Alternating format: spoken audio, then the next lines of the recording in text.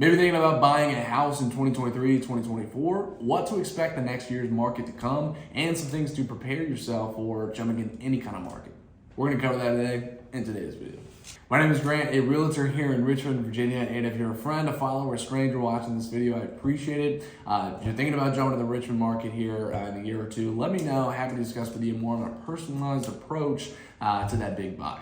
Now, with any great plan, it's properly calculated, so we're going to be talking about two different things in today's video. One, at the start, more directed to first-time home buyers, what you should be prepared for, credit, loan products, down payment, your personal numbers. And then if you wanted to jump more towards the Richmond market, the stats for the next year, we're going to be jumping to this number right here. Now, jumping into credit, credit is very important. That is required for anything that requires a loan. You use that as leverage to borrow money unless you're buying cash right out front.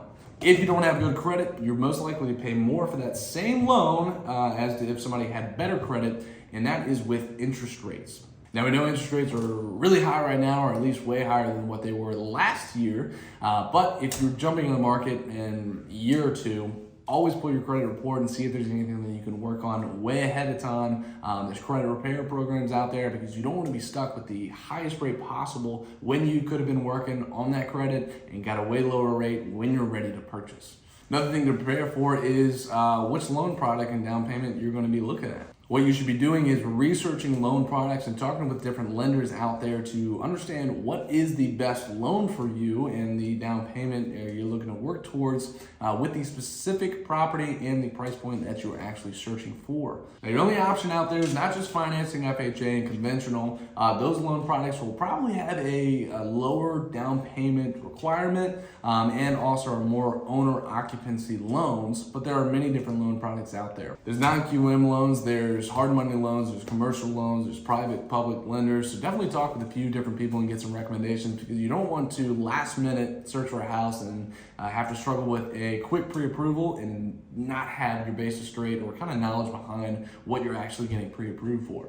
Those lenders can also refer you to some credit repair programs, some down payment assistance grants you might be qualified for. So definitely talk with them and be in a better position than most people searching for a house right now.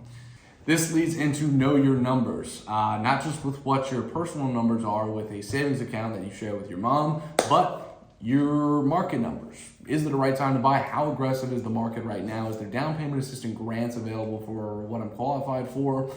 Is there seller concessions in the current market that I'm in right now that a seller can help pay towards my closing costs? These are all questions that you have to kind of understand before jumping into any kind of market that you're looking to purchase in. Something that's scaring a lot of folks and you should be paying attention to is days on the market. For the crazy storm of real estate we've had in the past couple of years, if you were to list your house and it lasted 2 weeks, a month on the market, no big deal, right? Now, if you were to go back at the start of 2022, if your home lasted over the first weekend of it being listed, there's something wrong with your house.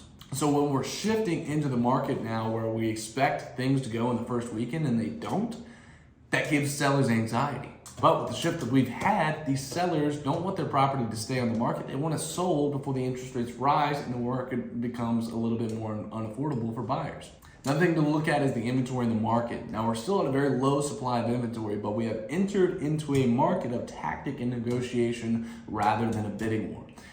Consult with a professional, actually understand the market that you're getting into so they can best help you and get the best deal for when you purchase that house. Now, here's some quick market data in Richmond, Virginia to look at. Now, these are some quick charts. If you look at the median sales price for the past couple of years, it's kind of depressing. You're probably whispering to yourself, man, if I just bought a home in 2019. But you know, most of the conversation I've had with people in the last year was, man, the market's crazy, I'll wait it out. You know what they're saying now? Call them back. Hey, should have bought a home last year. Now I can't afford the same type of home I was looking at because of the sales price and the price increases that we've had.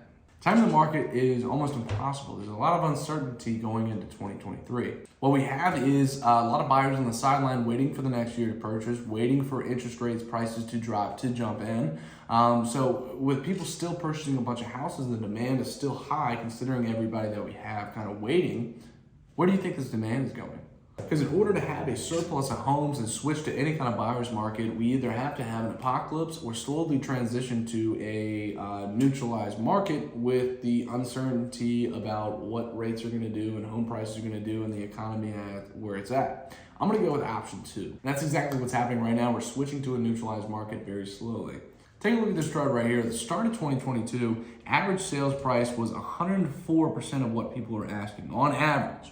I've written contracts at the start of the year with $50,000 over asking and still didn't get the home. Now look at the end of the line here at November 2022. Homeowners are now getting on average what they asked for instead of buyers sacrificing their firstborn to be a homeowner. If you can afford a house right now with the current rates and the home prices, don't miss out on that perfect house. With the low inventory levels that we've had, depending on your criteria, there might not be another house that pops up for quite a while. With all the uncertainty in 2023, my message is, hey, be prepared. If you're jumping into the next year market, maybe 2024, first-time home buyer, look at your credit, look at the loan products, talk to a realtor, kind of discuss and create a game plan for that, because those that are going to be prepared in the next year's market are going to be in a way better position than those that are kind of just window shopping on Zillow and waiting for that thing to pop up and then getting their stuff straight. So be prepared. If you have any questions or thinking about jumping into the market in the next years to come, reach out to me. Happy to help. This has been this month's video.